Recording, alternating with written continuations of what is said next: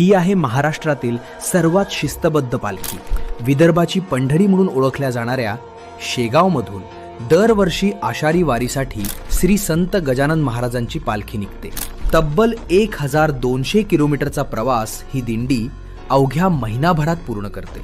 या पालखीत 700हून अधिक वारकरी सहभागी होत असून सुमारे 250 टाळधारी, 250 पताकाधारी आणि 200 सेवाधारी शिस्तबद्धपणे आपली जबाबदारी पार पाडतात.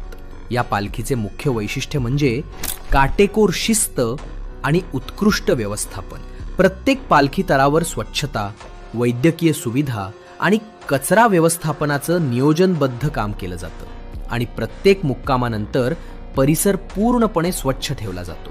1968 पासून सुरू झालेली ही परंपरा आजही शिस्त, स्वच्छता आणि भक्तीचं उत्तम उदाहरण आहे. तुम्ही यंदा वारीला जाणार का?